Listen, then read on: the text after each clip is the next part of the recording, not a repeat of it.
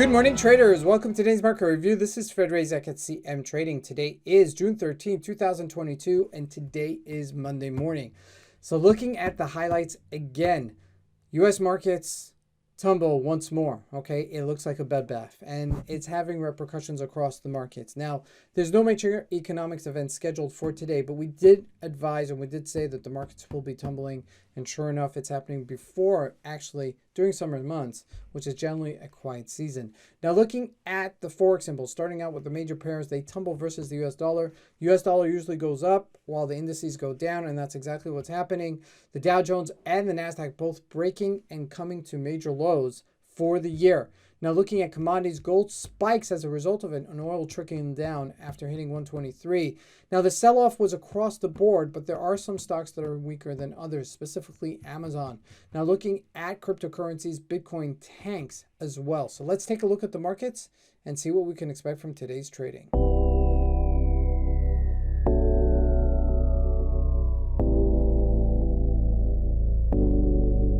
So this is those one days that you look back and you say, okay, where was I? All right.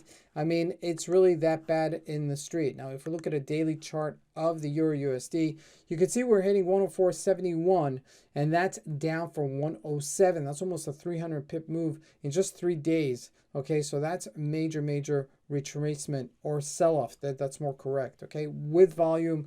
But as we get to this low, you see the volume is tapering off. So we may see a resistance here for us going further down, and we see a nice bounce.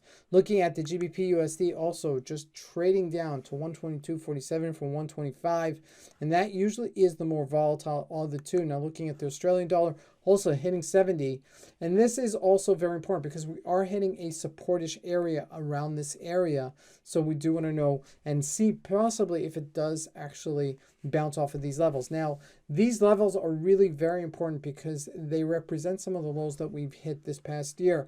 Now, looking at gold, we went from 1828, beautiful support level. We've been having it up for the longest time, to 1878, excuse me, a 50 pip move, a 50-point move right there. But we're tracing right in the middle of that 1857 where we are right now. Looking at crude oil, also we retraced down to 118 from 123. Now, this may be this point that we'll break ourselves if we do retrace further. Now, we haven't hit the 30-day moving average, but we're getting close to the 200-day moving average as we're, kind of correcting ourselves at these levels. Now, jumping to the indices, the Dow Jones trading at 30,890-ish level. Okay, a major retracement there, and you feel the pain. Okay, you can see just in 3 days of trading, going from 33,000 down to 31,000. That's a major sell-off, over 2,000 points in less than 3 days of trading. The NASDAQ as well, just on its lows, 11,500-ish level. Now, this is reflecting on the stocks. Now, they're not across the board, but many of them are. If we look at Apple, it sold off last week to $137, $5. Facebook down to $175.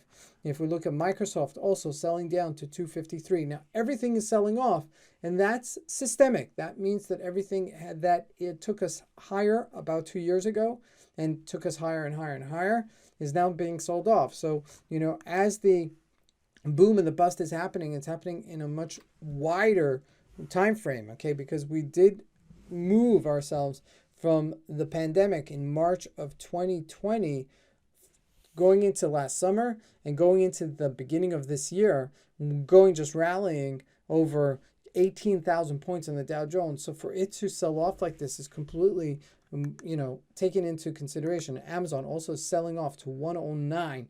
That is a major retracement there for it as well. Can't see it in the longer time frame because we're still reflecting in the stock split. Now, Tesla did not move down. 698, holding its own. So, like I said, it's not systemic. It's across the board, but it's not systemic altogether. Now, JP Morgan also sold off with a gap down to 119, but still higher than its lows where we were previously. Now, looking lastly at Bitcoin, this is where it becomes very difficult because Bitcoin really breaking down here at 24,875 as it's just being shellacked by the market. Okay, we were in a very tight range between 28 and 32,000 for a long time, and finally we broke and we're breaking with some momentum, and sure enough, it's going down to 24,800. Now, looking at this, if it does continue to break down, we could see it back in the 16,000. That's the next level in the Fibonacci retracement. We've already broken that 25,000, so there could be further selling off, okay, to 6,000. I mean, that's happening today, but just keep that in mind. This is Fred Razak. I want to wish everybody a great trading day. Thank you.